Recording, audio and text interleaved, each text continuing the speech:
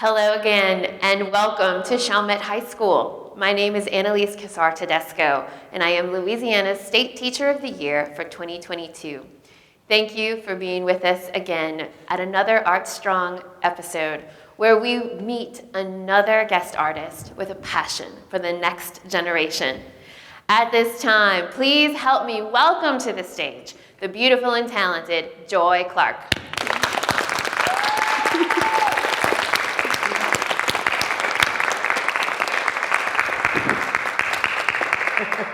They like you a lot.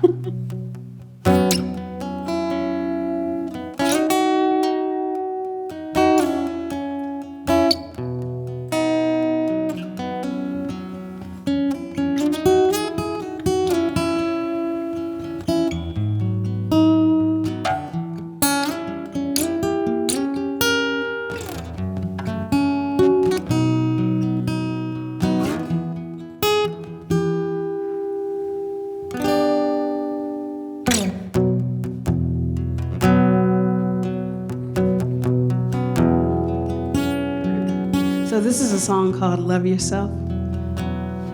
I wrote it as a letter to my 12-year-old self.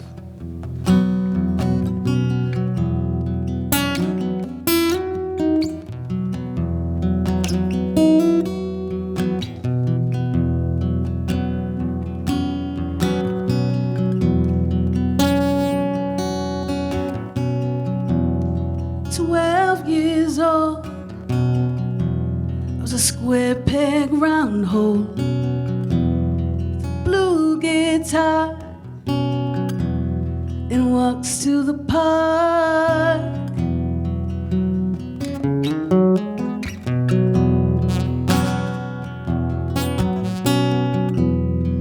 Baggy jeans and a fresh white tee, my hair blowing free, the wind behind me.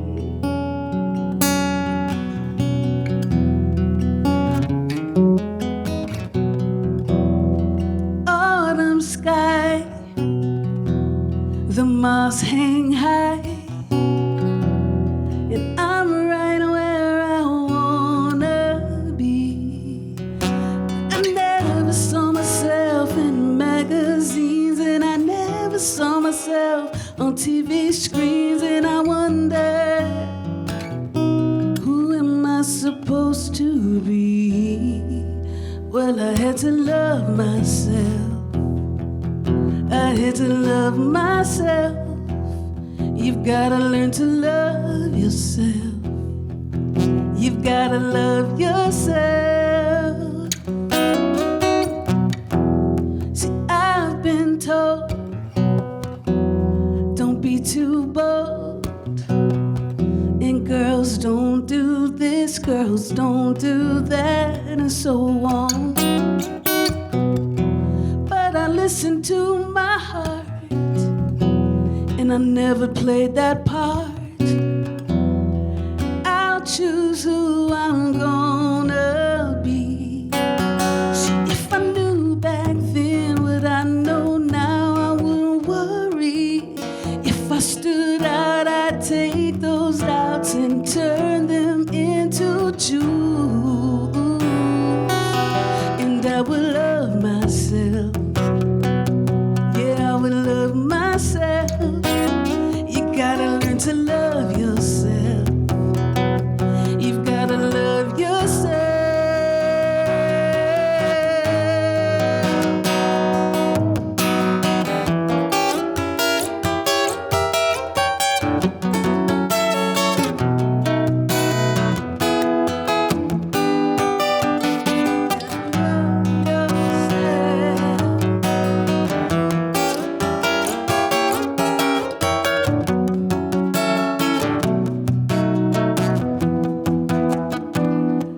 I said if I could go back in time, I'd look her in the eye and tell her you are so perfect. If I could go back in time, I'd look her in the eye and tell her you are so perfect. If I could go back in time, I'd look her in the eye and tell her you are so perfect.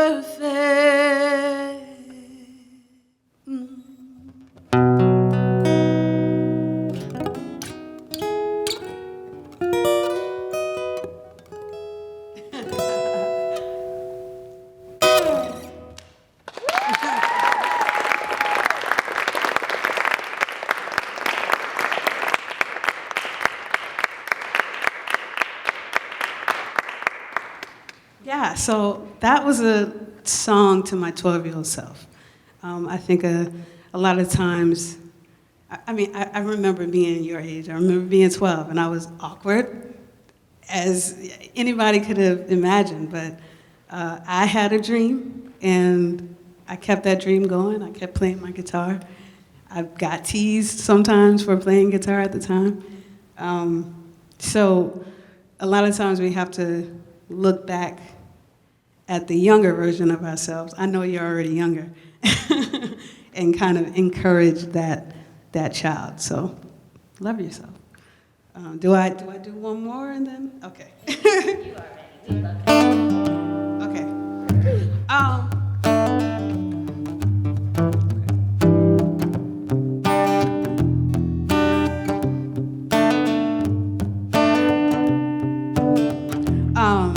So I wrote this song. It's called Here. Like here as being present. I was having a hard time, and I was thinking about finances and money and paying rent and all that stuff that you probably don't have to think about paying rent right now. But anyway, I woke up one morning and I was like, I think I need to write about feeling really bad because I'm usually write about being happy. So I wrote this song just to encourage myself to pay attention to the songs in nature, like the songs of the birds and the bees and whatever. So here. Now there's a part of this song where I kind of want you to join in, so just pay attention, okay? I gaze at the sky. A cardinal flies by. I hear her song, and I sing along, but then a thought creeps in my head. It takes me out my element, listing problems A to Z, anxiety and fear and stress. Then a little voice inside tells me I'm gonna be alright. I got everything I need, and all I've got to do is sing.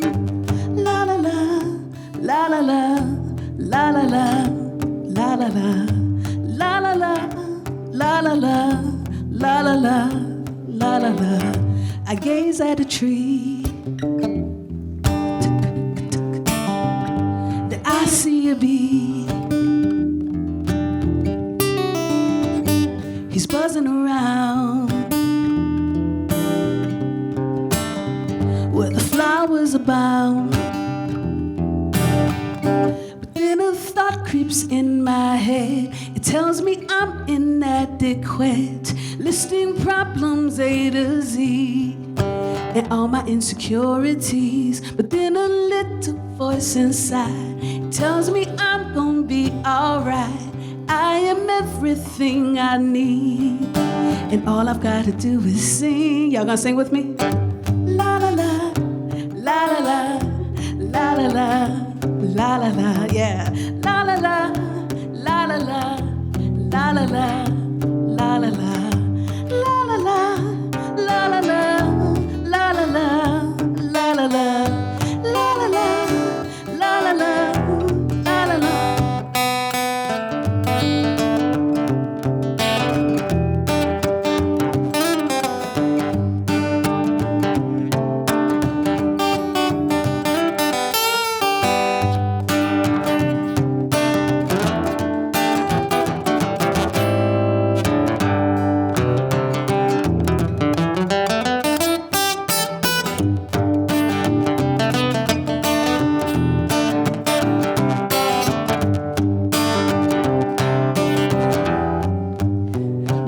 Tell you if I could stay, well then I would stay here with my blanket and my ginger beer, rocking solo to the songs I hear, the songs I hear out here. Now if I could stay, oh then I would stay here with my blanket, oh and my ginger beer, rocking solo to the songs I hear, the songs I hear out. Oh, let me tell you, if I could stay, you know I would stay here with my blanket and my ginger beer, rocking solo to the songs I hear, the songs I hear out here.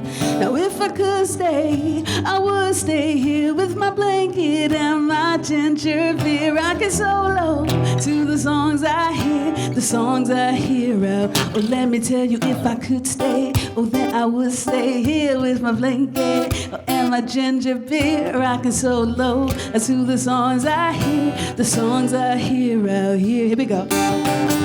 La la la, la la la, la la la, la la la, la la la, la la la, la la la, la la la, la la la, la la la, la la la, la la la, la la la, la da da da da.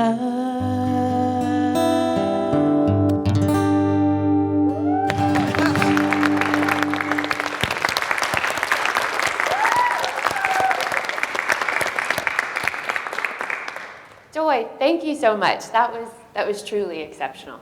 Beautiful, beautiful music, beautiful singing, and what an incredible message. Thank you. I am all about the message.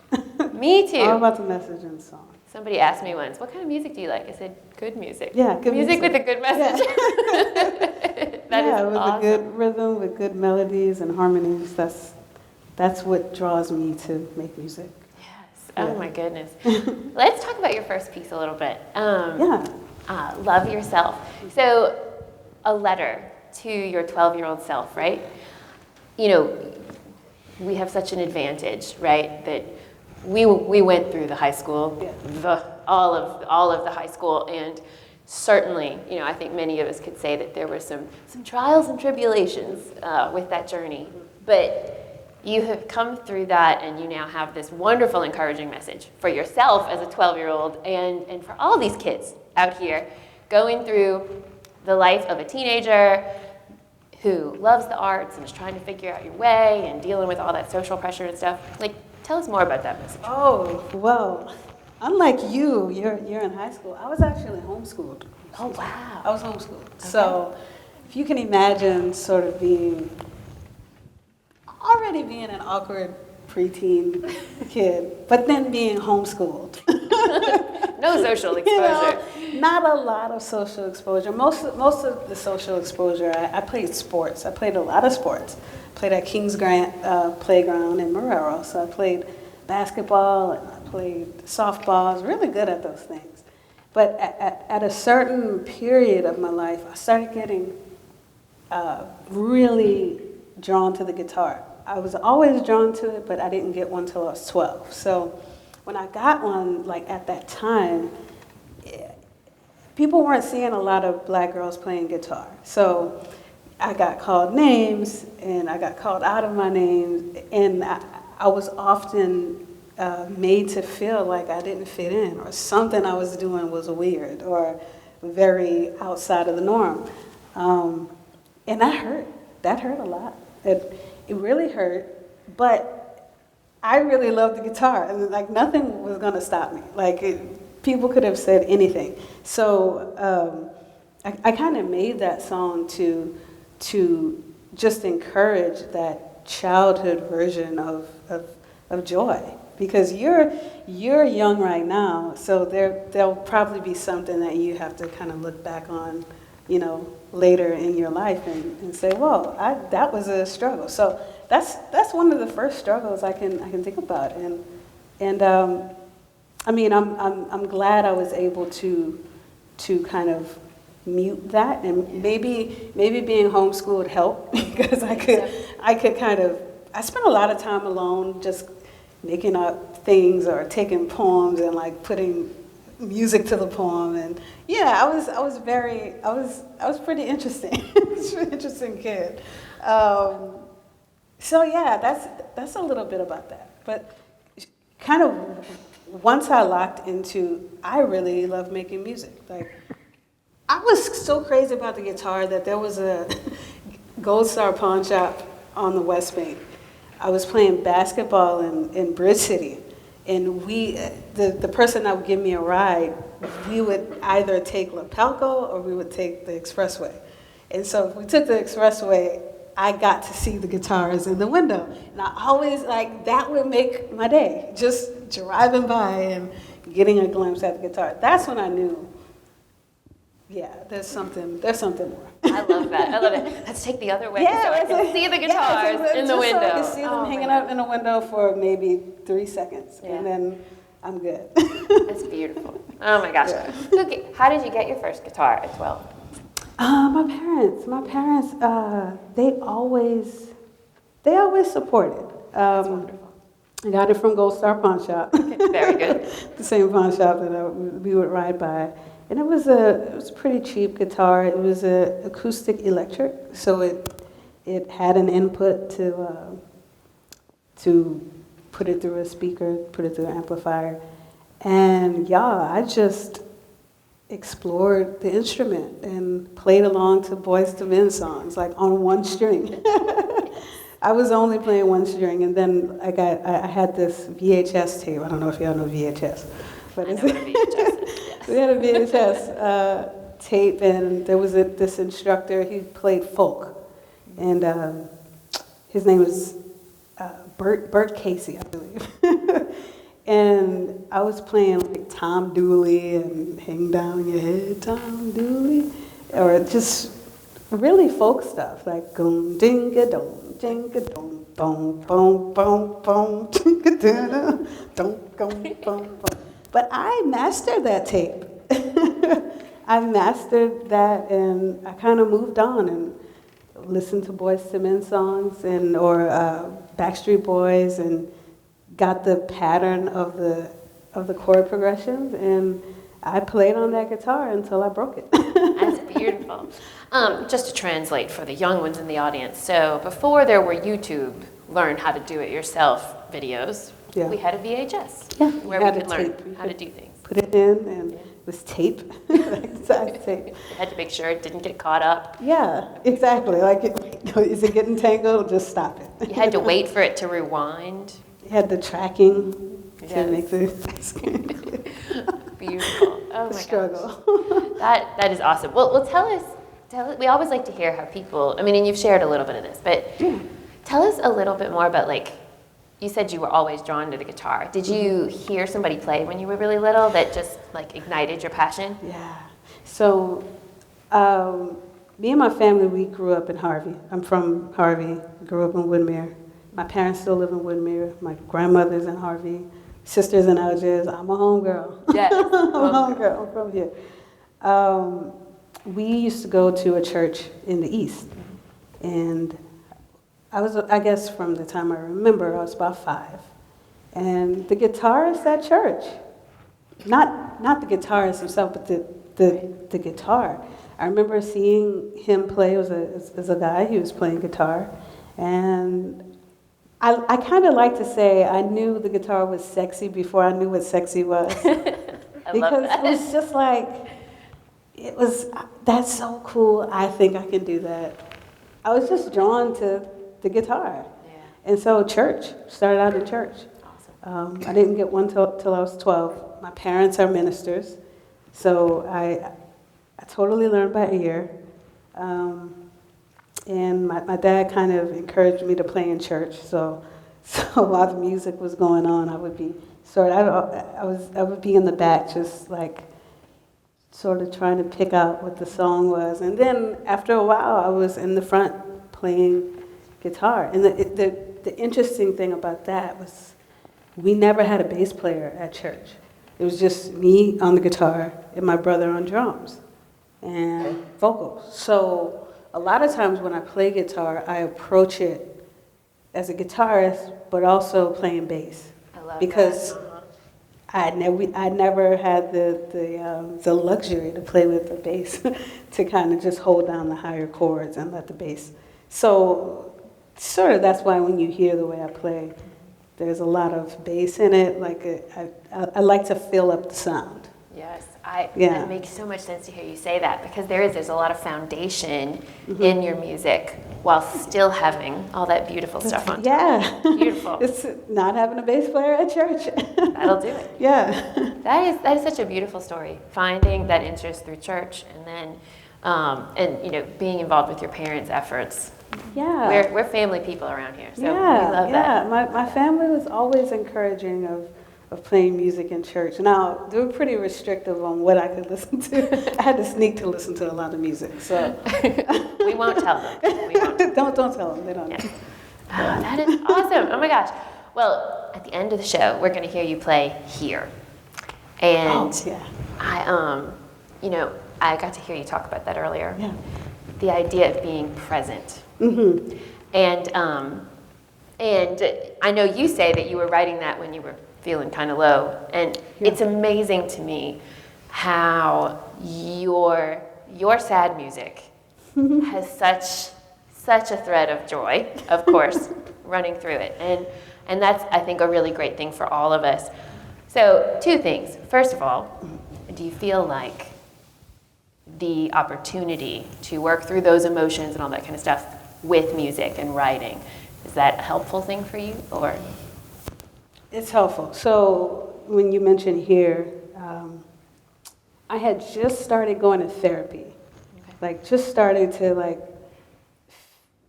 figure out how to actually feel feelings instead of dissociating from, I'm sad right now, or I'm stressed out about this thing. So when I started going to therapy, I was kind of learning how to just feel stuff and not run away from it, because running away from whatever, it's going to catch up, and you're going to withhold, and you're going to close yourself off from being a human. And so when I started going to therapy, I was more aware of that. So I just kind of realized, Joy, this is what you do. So go in, give yourself time, play music. The music is going to bring that out. And kind of whenever I play music, it's usually uplifting. I can't help it. My name is Joy. I love it. I love it. Oh my gosh. And I think all of us right now, there's a lot of people working through a lot, right? We're all coming out of this global pandemic and all the things that went along with that. Mm-hmm. And, we live in such a digital age, and everything has been made more digital because of social distancing. I think that idea of remembering to be present in the moment, to be present with people, that's what we all need to be reminded of right now. Yes. Whether there's a screen or we're here in person, that we don't need to drift off and be checking a to-do list and multitasking on 3 devices, to be present in the moment. To be present, and that's good that you say that. I guess I'll kind of stay on Here, but there's so much that can make us sort of hone in on the big to-do list. Yeah. When a lot of times we just need to take about 30 minutes, an hour, go sit in a park, go listen to, the birds are doing their job. Go listen to them for a little while. You're gonna have things that you have to take care of, but that's always gonna be there. Mm-hmm.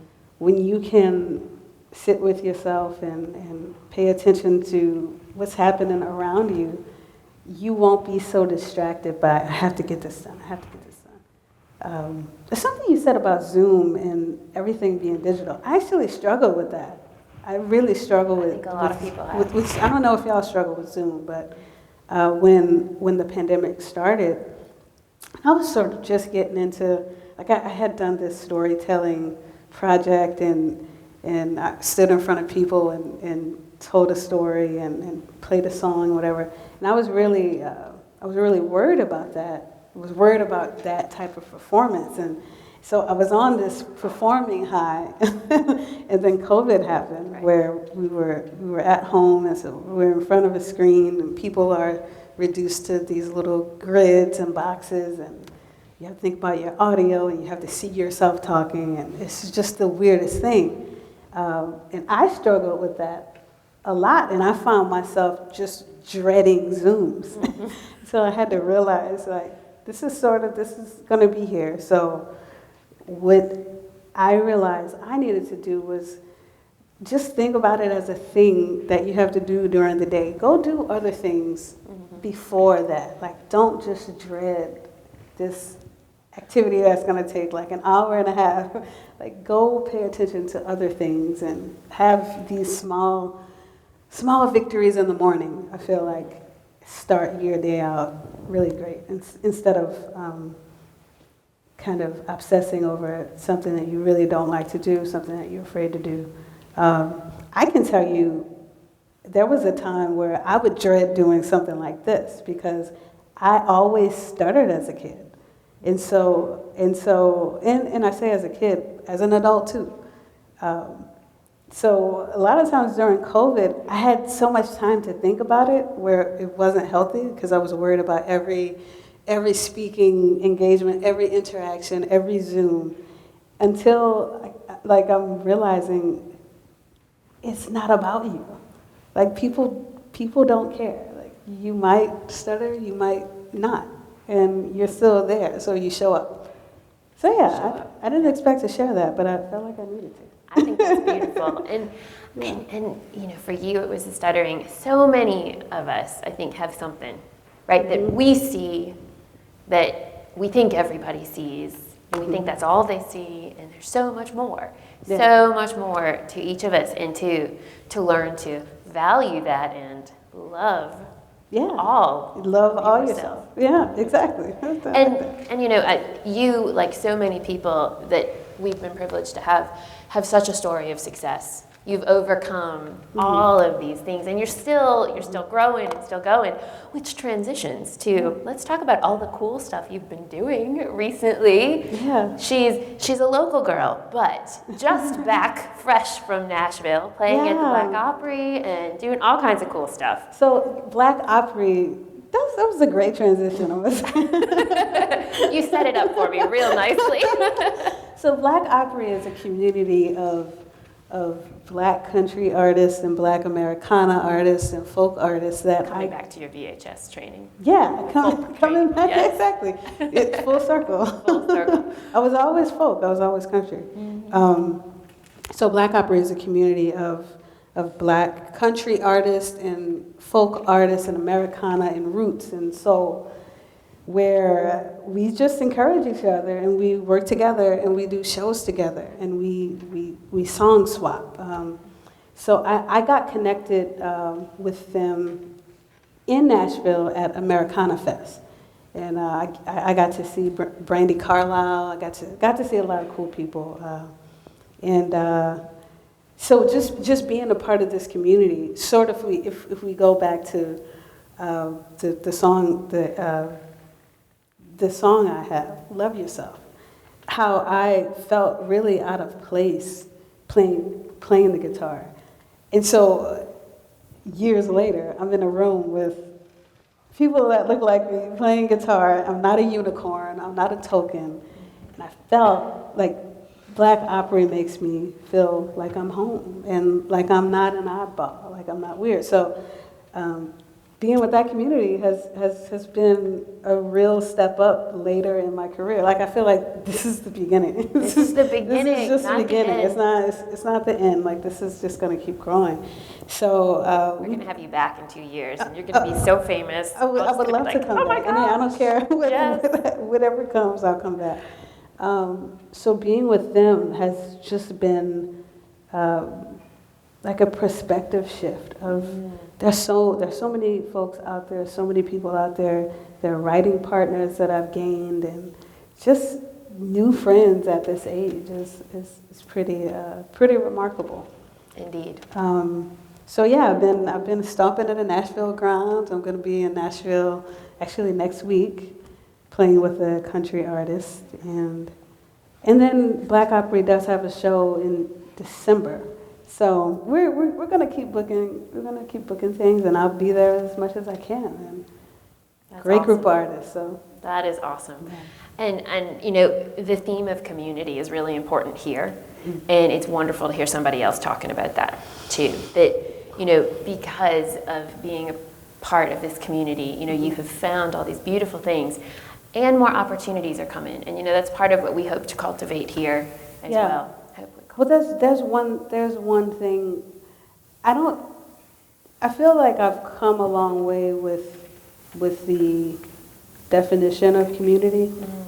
I didn't realize how important it was when I was in my mid-20s or whatever. Mm-hmm. You kind of feel like, I don't know, I just do my thing, I come in and I leave and whatever.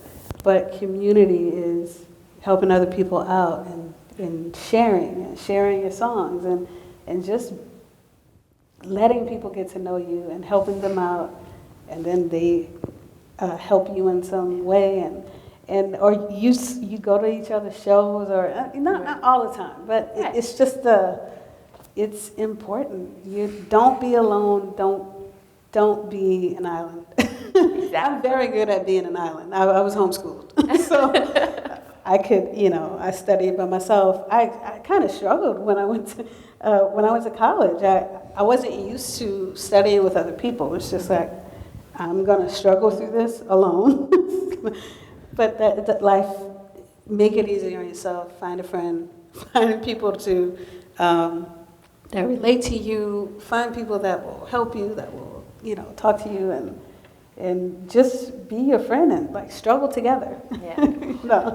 Yes, indeed. Yeah. Oh my gosh. Well, on that subject, we're going to open up the floor to questions from our audience over here. Hi, my name is Elena, and I just wanted to thank you for coming and performing for us today, because this was actually my first live piece of music besides Mrs. Zanko performing since COVID, and that really means a lot to me, so thank you. And I was also wondering, I love how in your first song, you're talking about loving yourself to your 12-year-old self. What do you think she would say to you now? Well, first of all, thank you for thanking me for being here. This is really an honor to be here, to come and speak to you. So, and what a great question. Honestly, I think my 12-year-old self, she would be pretty proud of me, and I am proud of that. I think she would be rooting for me and thinking, I'm glad we didn't start playing guitar, because then we wouldn't be at Chalmette High, talking to high schoolers. So I think she would be proud. Thank you. I also think your 12-year-old self would tell you, and you're the coolest person out of all those people that were making fun of you too. Thank you. Are now the coolest of them all. Yes. That's a great question. Thank you. Thank you so much. Yeah, you're welcome. Hi, I'm Gabby. First of all, you're amazing.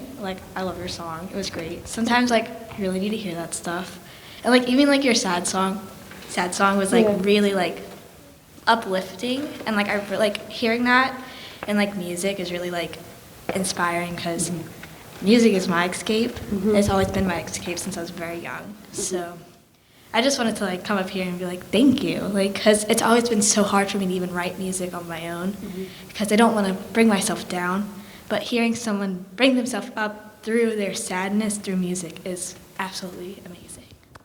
And thank you. Sorry. Thank you. Thank you for telling me. Thank you for sharing that. Thank you for sharing that. Thank you for listening to the words and totally getting the assignment. I appreciate that. Thank you for those comments. Hello, my name is Lily. And first of all, I would also like to say that it's a different perspective of sad music in our society. Usually it's very down and no way out, I feel trapped, but you you shine light to it. But I also want to know, do you have any music accounts where you have music and broadcast it and put it online? where you could hear it? Yeah, so I can hear it. Yeah, thank you for that. Give me a chance to plug. So I have a single, Never Change. That's out. I'm on all platforms. Okay. So just whichever one you use, Apple Music, I don't know. Whichever you use, I'm there.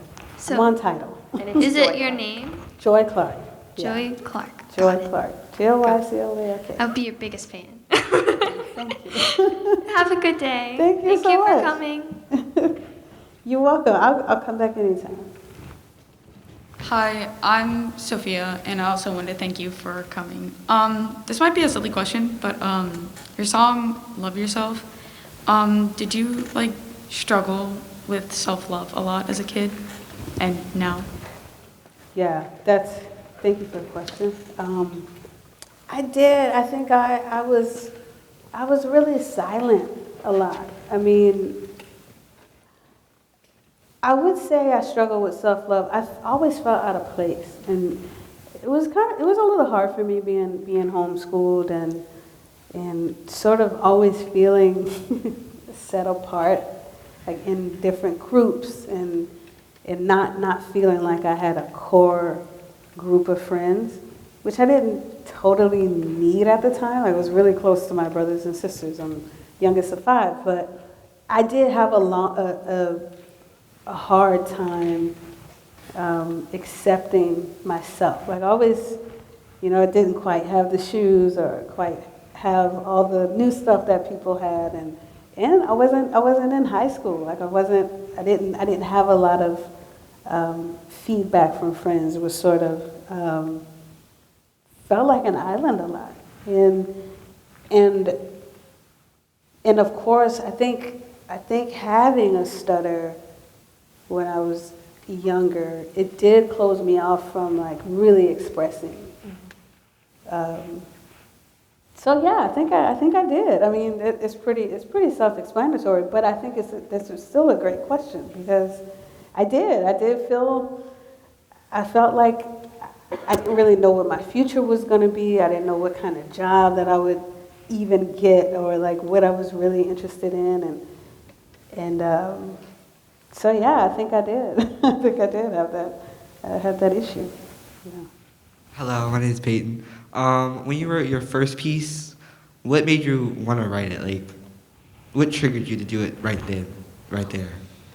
I'm sorry, say it one more time. What triggered you to do it now, at that time? What triggered you to write your first piece? Yeah. Oh, okay, yeah. Your first piece ever, or this first piece? The first. The one before, the first one. I was confused. My apologies. Just Yeah. me. Actually, I was at home. I was living in Eldridge Point at the time, and I had my looper pedal on, and I don't know. I just played the doom doom, and I kind of had that on a loop. And at the time, I usually write love songs. Like my first song that I wrote was somebody that I had a crush on when I went to UNO when I was a freshman. And I usually write love songs, but I wanted to write about myself because I felt like I was projecting all this love on this person and I wanted to be a little more introspective. And that's what kind of triggered it. And I said, write about what you remember when you were younger. And that sort of came out. I would go outside a lot, and I was just a nature person. Sit in the grass, barefoot with my dog, and I was a loner. So something about the way the chords sounded, I just said, okay, write about what you know, about what you remember when you were walking around with your guitar slung on your back, and that's what kind of prompted me to write it. And then I realized, okay, there's a bigger story. Talk about what the guitar means to you. Talk about the blue guitar and being 12 years old. So it just snowballed, and I knew what it was going to be about. Thank you. Yeah, you're welcome. Thanks for the question. Beautiful.